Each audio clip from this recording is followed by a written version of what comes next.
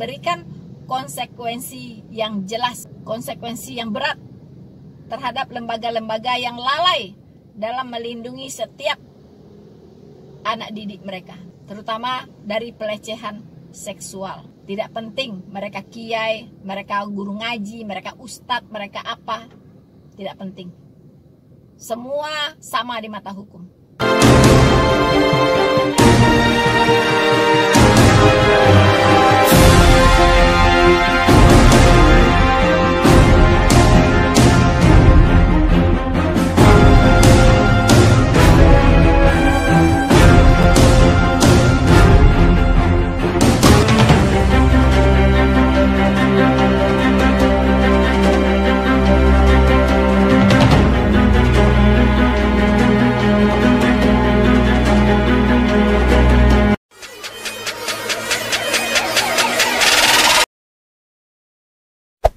Hey there.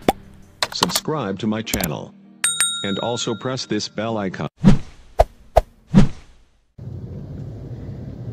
Halo saudara-saudaraku yang terkasih di dalam Tuhan, dimanapun Anda berada.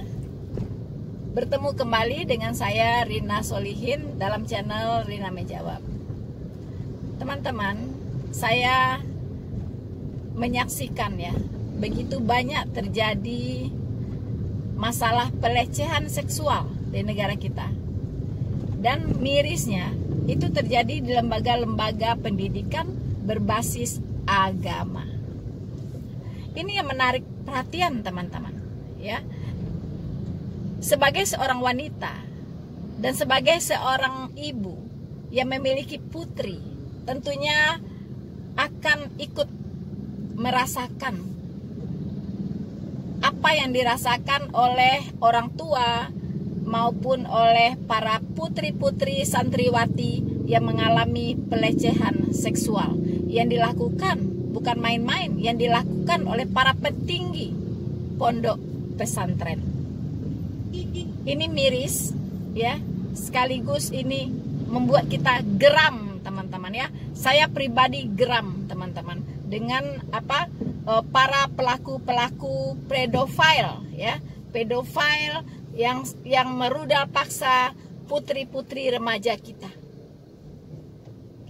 Putri-putri remaja itu adalah generasi penerus bangsa ya. Tapi dalam hal ini maaf, saya menjadi curiga, jangan-jangan bukan putri remaja saja, putra remaja bisa juga menjadi korban pelecehan seksual atau mengalami sodomi teman-teman ya. Ini juga banyak kita saksikan, banyak kita lihat ya kejadian seperti itu. Nah, saudara-saudaraku yang terkasih, izinkan saya dalam kesempatan ini untuk mengomentari ya, untuk mengomentari peristiwa ini karena sudah membuat sesak ya, nyesek banget teman-teman ya. Kalau seorang ibu melihat hal seperti itu dan putrinya mengalami hal yang sama, saya bisa merasakan nyesek. Ya, bukan hanya putrinya yang jadi kehilangan segalanya ya, kehilangan mulai dari kehilangan harga diri, merasa diri sudah tidak berharga dan merasa nggak bakal punya pasangan hidup karena dirinya sudah seperti itu, ya kan? Sudah tidak punya masa depan dan sebagainya. Hancur. Itu yang dirasakan oleh putri-putri kita ini, teman-teman. Jadi saya izin untuk mengomentari ya. Memang saya bukan muslim, saya mantan muslim, tapi ini masalah kita bersama. Ini masalah bangsa, ya. Ini menyangkut lembaga pendidikan, ya. Ini menyangkut masa depan putri-putri Indonesia. Jadi saya juga berkepentingan untuk mengomentari ini. Awal-awalnya saya jadi penonton saja teman-teman, tapi lama-lama saya enak juga gitu, enak teman-teman ya. Kenapa terjadi lagi, begitu ya. Oke teman-teman, sebelumnya tolong ya sahabat setia Noverina Solihin maupun teman-teman yang baru hadir di channel saya, tentunya saya berharap dukungan dari teman-teman semua ya, tentunya untuk memberikan dukungan terhadap channel ini berupa subscribe, like, dan komen ya. Dan saya ingin mengingatkan ya, maaf kalau ada komen-komen yang saya hapus Kalau ada komen yang saya hapus, itu berarti orang yang memberikan komentar ini sudah saya anggap sudah nggak benar, gitu ya. Jadi sudah ngasal komentarnya ya. Jadi komentar-komentar yang berbau sara, komentar-komentar yang tidak bermutu, maaf, saya hapus karena itu tidak berguna, akan merusak suasana ya. Jadi berikanlah komentar-komentar yang cerdas ya, yang bisa membangun, yang bisa mengedukasi. Dan kalaupun Anda tidak setuju dengan apa yang saya katakan, berikan dasar kenapa Anda tidak setuju ya. Katakanlah dasar Anda apa, tapi pakailah bahasa yang baik, bahasa yang benar ya kan, bahasa yang enak dibaca, begitu kan, bukan bahasa-bahasa preman atau bahasa-bahasa pasar atau bahasa-bahasa dari orang-orang yang tidak berpendidikan. Oke, teman-teman, stay bersama Rina Solihin. Harapan orang tua yang begitu besar terhadap pesantren untuk membina anak-anak mereka menjadi sesuatu yang mereka harapkan ya, menjadi anak-anak yang lebih baik dari anak-anak yang lainnya, karena lembaga pendidikan ini berbasiskan agama. Jadi segala sesuatu yang berbasiskan agama itu dari pandangan masyarakat kita adalah sesuatu yang terbaik. Dan saya tahu ya, bayarannya sekolah di pesantren itu tidak murah loh teman-teman. Apalagi kalau nginep ya, nginep di sana, makan di sana, ya kan, pulangnya paling ya seminggu sekali, kadang 2 minggu sekali, kadang 1 bulan sekali baru bisa keluar. Nah itu bayarannya nggak murah loh teman-teman, jutaan ya, jutaan juga gitu. Lebih mahal dari sekolah-sekolah umum, dari sekolah-sekolah negeri. Saya tahu persis gitu, karena ponakan saya juga ada yang di pesantren ya. Jadi teman-teman, harapan orang tua mereka dibina ya, dididik dengan benar ya kan di pesantren-pesantren ini. Itu harapan mereka, bukannya dibinasakan. Begitu, bukan dibinasakan ya. Sekarang kita lihat berapa banyak santriwati yang menjadi korban pelecehan seksual, dan mirisnya ini dilakukan oleh petinggi-petinggi dari pesantren ini teman-teman ya. Seperti kita melihat tuh ya, baru-baru ini aja ya, baru-baru ini saja itu anak dari pemilik pesantren. Pasti si anak ini punya otoritas ya di pesantren tersebut teman-teman ya kan. Nah dia merudal paksa para santri-santri ya, bukan 1-2 tapi banyak ya kan, yang diperkosa ya, yang mengalami pelecehan seksual dari anak milik pesantren ini ya. Saya katakan saja pesantren, salah satu pesantren yang ada di Jombang sana teman-teman ya. Itu pesantren yang sangat besar ya, yang sangat besar. Bukan hanya di situ, kita juga pernah mendengar di Jawa Barat ya kan, pesantren yang ada di Jawa Barat. Saudara-saudaraku yang terkasih di dalam Tuhan, gelombang dosa cabul itu sedang melanda Indonesia. Pelecehan seksual terjadi di mana-mana. Itu bukan hanya di tempat-tempat ya yang membuat kita miris. Pelecehan seksual ini terjadi di lembaga-lembaga pendidikan berbasis agama ya. Katakan itu pesantren teman-teman. Bagaimana itu bisa terjadi? Sebuah lembaga pendidikan yang berbasiskan agama. Banyak terjadi pelecehan seksual di sana ya. Kita mungkin ingat seorang kiai ya di pondok pesantren Lumajang. Dia mencabuli total 30 santriwatinya. Seorang kiai. Bayangkan teman-teman ya. Ya inisialnya IZ. Ya, nama lembaganya ya Pondok Pesantren Lembah Arafah. Ya, itu tahun 2022 ya, heboh teman-teman beritanya. Nah, bagaimana mungkin seorang kiai bisa berbuat demikian? Itu setan cabul mana itu yang merasuki seperti itu? Ya, 30 santriwati, bayangkan. Apakah Anda ini punya program ya untuk menargetkan 72 santriwati untuk Anda garap? Tidak bisakah Anda membayangkan ya bagaimana kehidupan para putri santriwati ini ke depannya? Apa yang akan terjadi dengan santriwati-santriwati yang Anda perkosa tersebut? Mereka sudah merasa tidak punya harga diri lagi. Mereka merasa sudah tidak berharga secara psikologis. Dan mereka merasa tidak punya masa depan lagi. Masa depannya Anda renggut. Bukan hanya keperawanannya Anda renggut, tetapi masa depan mereka Anda renggut. Anda seorang kiai, bayangkan. Ya. Maaf, saya bukan muslim lagi, tapi saya mantan muslim dan saya bisa merasakan apa yang dirasakan oleh para santriwati ini dan orang tua dari mereka. Ya. Bayangkan orang tua dari para santriwati ini menitipkan anaknya di lembaga pendidikan berbasiskan agama seperti pondok pesantren Anda ini. Ya kan? Itu tujuannya supaya anak-anaknya dibina. Ya.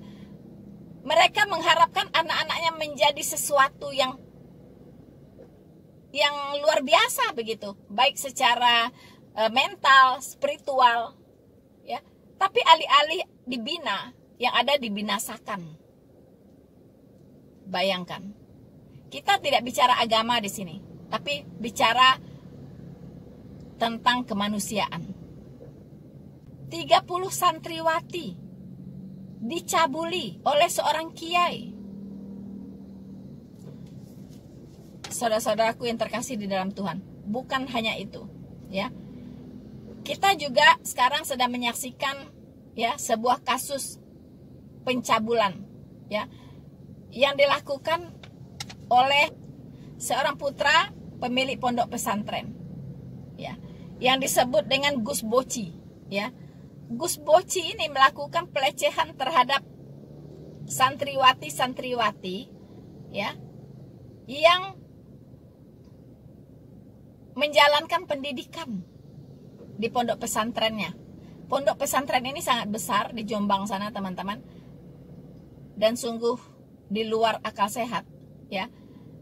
Putra dari pemilik pondok pesantren ini sekarang sudah diamankan oleh polisi. Itu menangkapnya saja susah seperti belut, karena dilindungi oleh lingkungan Pompes, ya, dilindungi teman-teman, ya. Tapi berkat kegigihan kepolisian untuk menangkap, untuk menciduk Gus Boci ini, akhirnya dia menyerahkan diri.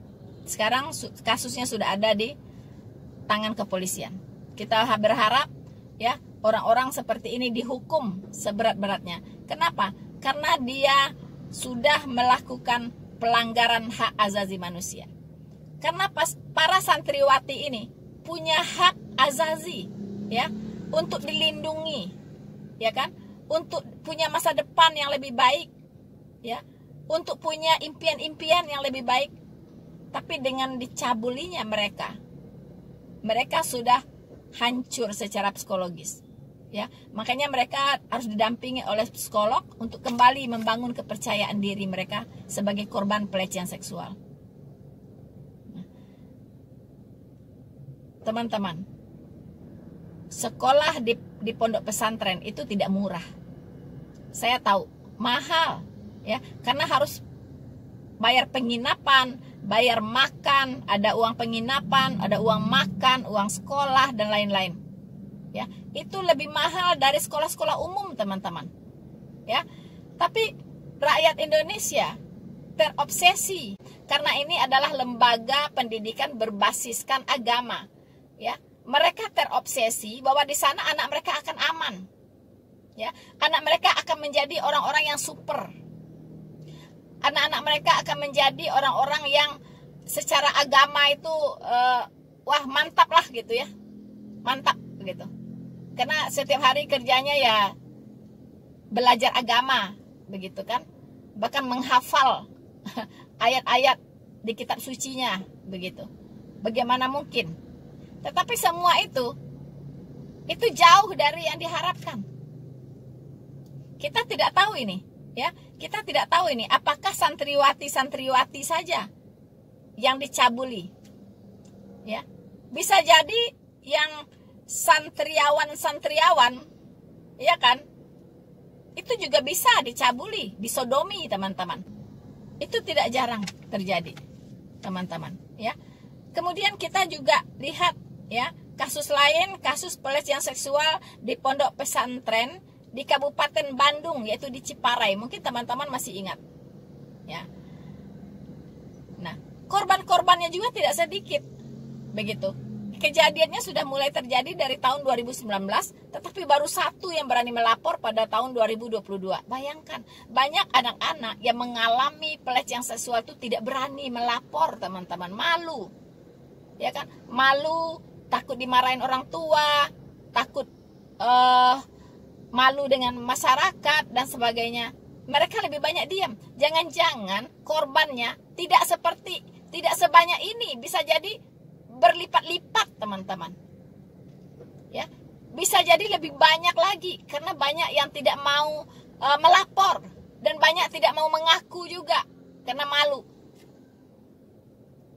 Ya, kita mengerti begitu, ya. Mengapa mereka malu? Ya pasti malu dong, ya kan? Itu luar biasa dengan anak-anak yang mau melapor, ya. Karena kalau tidak ada yang berani melaporkan, ini akan terjadi terus, akan terjadi terus. Dan kalau sanksi hukum dijatuhkan kepada orang-orang, ya, kalau saya bilang udah bukan manusia lagi, ya, binatang, ya, mereka ini sudah punya nafsu binatang begitu, ya kan? Nah, ini harus dijatuhi hukuman yang seberat-beratnya supaya ada efek jera begitu. Dan pihak pemerintah sendiri itu harus membuat regulasi yang jelas tentang pelecehan seksual, ya. Saya mendengar kementerian itu sudah mengeluarkan aturan, ya. Tetapi belum final saya lihat karena masih ada pro dan kontranya begitu. Terutama dalam frasa, ya, bahwa ya ini bisa dikatakan pelecehan seksual kalau tidak ada persetujuan dari korban. Nah, ini yang membuat keberatan MUI begitu, ya. Jadi kalau ada persetujuan dari korban itu tidak disebut sebagai pemerkosaan atau pelecehan seksual. Kalau dilihat dari definisi, ya memang demikian begitu, ya. Pelecehan, ya, atau pemerkosaan, nah itu pasti dengan cara kekerasan, paksaan, ya. Bukan masalah, oh berarti ini melegalkan hubungan seks di luar nikah kalau demikian. Ya, ini definisi hukumnya memang seperti itu, begitu, ya. Definisi hukumnya memang nggak bisa dirumuskan lain begitu. Si korban harus merasa terpaksa, apa karena dia ketakutan, diancam, ya kan, dan lain sebagainya, begitu. Tetapi kalau misalnya suka sama suka, itu tidak bisa dikatakan pelecehan. Definisi seperti itu, ya, itu memang definisi hukumnya seperti itu. Tapi kalau dia melakukan suka sama suka, itu memang tidak bisa dikatakan pelecehan. Pelecehan itu atau pemerkosaan itu pasti ada unsur paksaan di situ, ada unsur kekerasan di situ, begitu, ya kan? Nah, tapi kalau dia suka sama suka, yang pasti, ya, yang pasti itu sanksi dosa. Ya, itu dia tidak bisa terbebas dari sanksi dosa, ya, tidak bisa terbebas dari sanksi dosa, teman-teman, ya. Nah, disinilah tugas para pemuka agama, ya kan, keluarga, orang tua, guru-guru, dosen-dosen, memberikan edukasi, ya, tentang tentang dampak buruk, ya, dari kebebasan seksual. Nah, ini dua hal yang harus berbeda, Tetapi untuk para pedofil, ya, para aktor pelecehan seksual ini memang ada klausur yang khusus untuk mereka, begitu, teman-teman. Nah, jadi saudara-saudaraku yang terkasih di dalam Tuhan, kita juga mendengar, ya, pemerkosa 13 santriwati, ya. Dia adalah Heri Wirawan, teman-teman, ya. Dan ini terjadi di Bandung, ya, di Bandung dengan hukuman mati, ya. Kita mau yang lain-lain juga sama begitu. ya. Didakwa saja dengan hukuman mati sama hukuman maksimal. Supaya apa? Supaya kapok begitu, ya. Jangan sampai muncul lagi, terjadi lagi, ya, dan semakin banyak korban-korban yang semakin banyak putri-putri kita yang menjadi korban, begitu teman-teman, ya.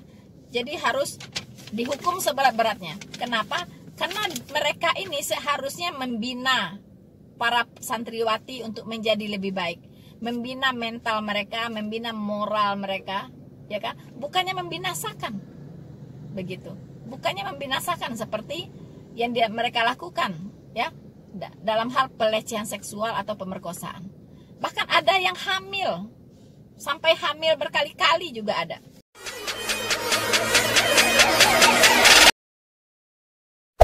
Hey there. Subscribe to my channel. And also press this bell icon.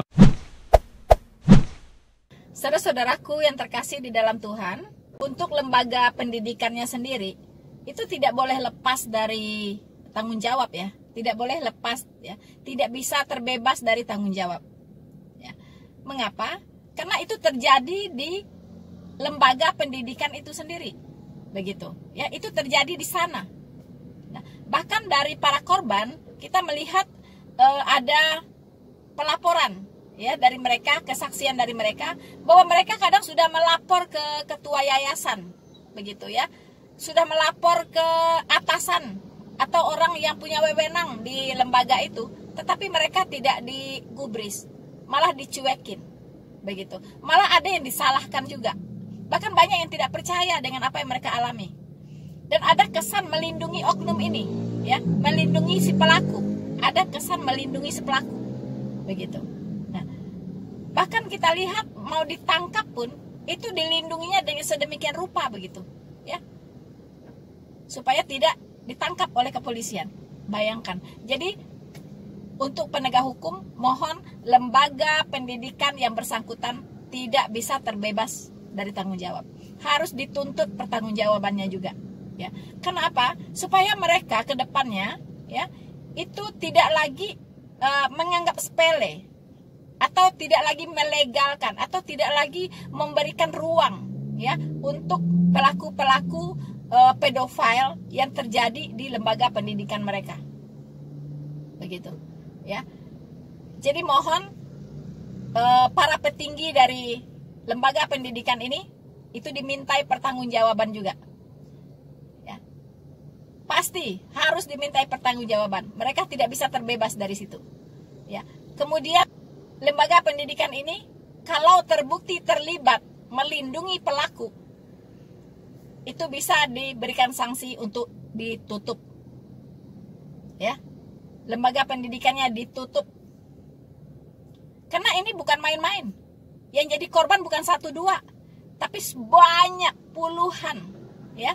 Itu yang mengadu loh, yang berani mengadu loh, teman-teman. Yang tidak berani membuka mulutnya, yang diam, yang bungkam, mungkin lebih banyak. Mereka ini adalah generasi muda Indonesia, ya. Mereka ini adalah generasi penerus bangsa, teman-teman. Bagaimana bisa mereka tidak dibina tapi dibinasakan? Mereka dibinasakan, ya, dengan cara yang tidak berperi kemanusiaan.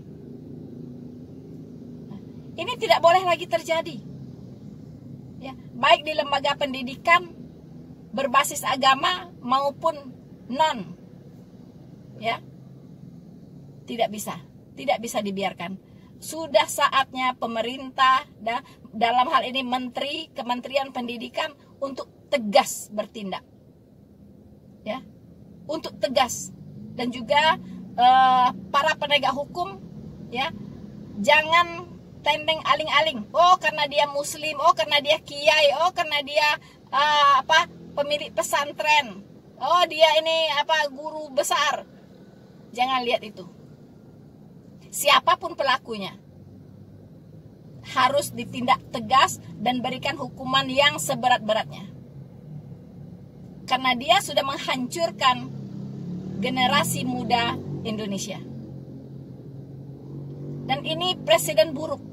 Ini adalah perilaku biadab. Ya, ini adalah perilaku biadab yang tidak berperi kemanusiaan.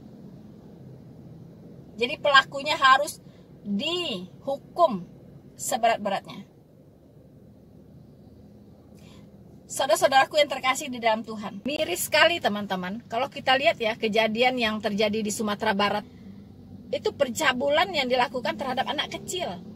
Ya, itu 2 anak kecil, anak bocah teman-teman, ya, oleh 7 pelaku, bayangkan, ya. Itu pelakunya adalah dari keluarga dan dari tetangga. Coba, ya, dari tetangga. Usia korban itu 5 dan 7 tahun, teman-teman. Bayangkan ya, anak bocah, anak kecil usia 7 tahun. Aduh, Tuhan Yesus ya. Itu pelakunya, bayangkan ada kakeknya, ya, kakek korban, teman-teman. Usianya 65 tahun. Ya, inisialnya DJ. Bayangkan, ya. Itu kakek tua ini kerasukan setan cabul mana ini? Ya kan, masa cucunya usia 5 dan 7 tahun yang harusnya dia sayangi, dia kasihi, dia lindungi, malah dicabuli. Ini asli pedofil, teman-teman. Ya, sakit jiwa si kakek ini, ya. Nah, kemudian ada lagi usia 25 tahun. Inisialnya AO, itu pamannya, teman-teman. Pamannya sendiri, ya, pamannya korban ini mencabuli ponakannya. Ya, kalau di Minang itu anak dipangku, ponakan dijinjang. Ya, jadi anak dan ponakan itu sama, harus dilindungi. Teman-teman, statusnya sama, ya. Ponakan itu kalau di Sumatera Barat itu benar-benar harus dipelihara, dijaga dengan baik oleh pamannya. Pamannya itu punya kewajiban untuk melindungi ponakannya, bahkan membiayai ponakannya kalau nggak bisa sekolah. Dia punya tanggung jawab moral dan material, ya. Kalau paman di Sumatera Barat itu menurut adat Minang, teman-teman. Apa yang terjadi? Diperkosa, dicabuli ponakannya umur 5 dan 7 tahun, bayangkan. Ya, ini coba, ya. Itu roh setan cabul mana ini yang menghinggapi pemuda yang berusia 25 tahun ini yang notabene adalah paman dari korban? Itu luar biasa ya, tidak masuk akal sehat sama sekali, teman-teman. Kemudian ada lagi, ya, kakak dari korban usia 11 tahun. Wow, ya, anak laki-laki usia 11 tahun, kakak dari korban juga mencabuli adiknya. Ya, ini benar-benar ya melebihi Sodom dan Gomora, teman-teman. Ya, dosa seksual yang melanda Indonesia ini sekarang ini. Saya juga heran kenapa begitu. Ya, di negara-negara kafir yang dikatakan kafir nggak ada loh yang kayak gini-gini. Ya, jangankan manusia, binatang saja diperlakukan tidak baik, Anda berhadapan dengan hukum. Jangankan manusia. Aduh. Heran, teman-teman, heran. Kemudian ada lagi tetangganya, ya, usia 9 tahun, anak laki-laki ikut juga mencabuli bocah usia 5 dan 7 tahun ini, teman-teman. Ya, anak laki-laki usia 9 tahun, usia 11 tahun kakaknya mencabuli adiknya. Nauzubillah min zalik. Apa yang terjadi? Roh-roh cabul sedang berkentayangan nih di Indonesia ini. Hati-hati, ya. Roh-roh cabul sedang berkentayangan. Bagaimana tidak sedih, tidak miris, tidak geram melihat ini semua? Apa yang salah? Pasti ada penyebabnya, teman-teman. Pasti. Tidak ada sesuatu yang kebetulan. Pasti ada penyebabnya. Kalau anak-anak, ya, penyebabnya mungkin suka nonton film porno, ya, film-film porno lewat media sosial, bisa jadi, ya. Kalau yang kakek-kakek, ya, mungkin dia nggak nonton film porno, cuman dia terobsesi pengen masuk surga, ya kan? Nah, dia latihan dulu nih. Kiai-kiai juga sama, ya kan? Guru-guru ngaji mungkin sama, training, ya, learning by doing, ya kan? Nah, kalau yang kakek-kakek, guru ngaji, kiai-kiai di pesantren-pesantren, ya kan? Mengapa mereka melakukan pelecehan seksual terhadap anak-anak di bawah umur?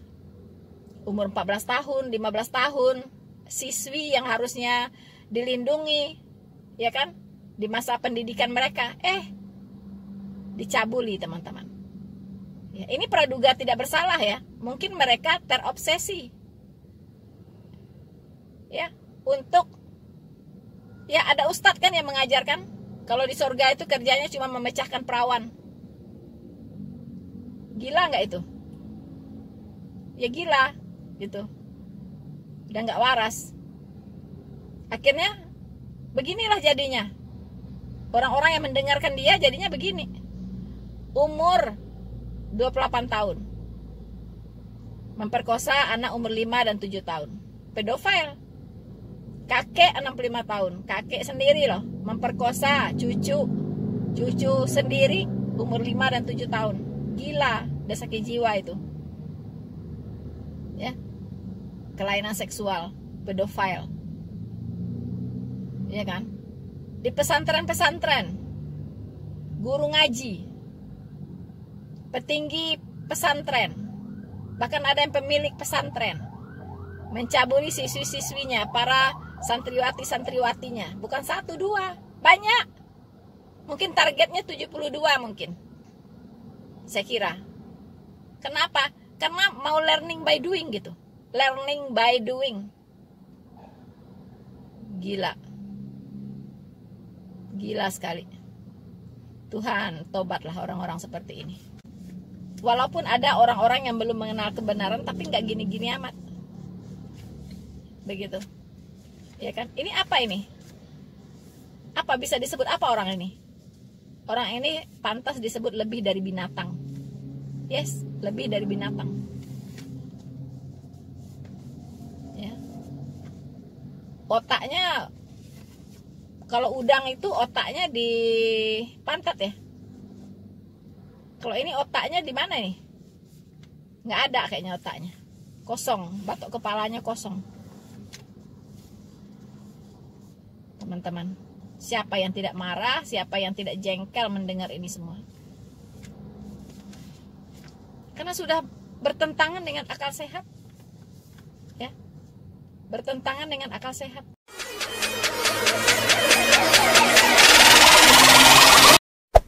Hey there. Subscribe to my channel. And also press this bell icon.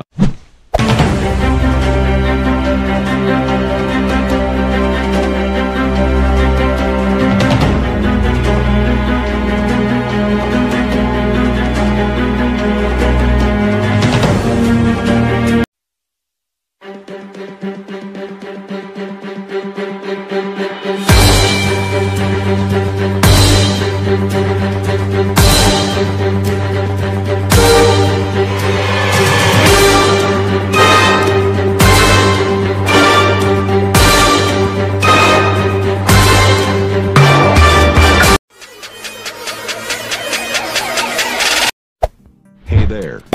Subscribe to my channel. And also press this bell icon.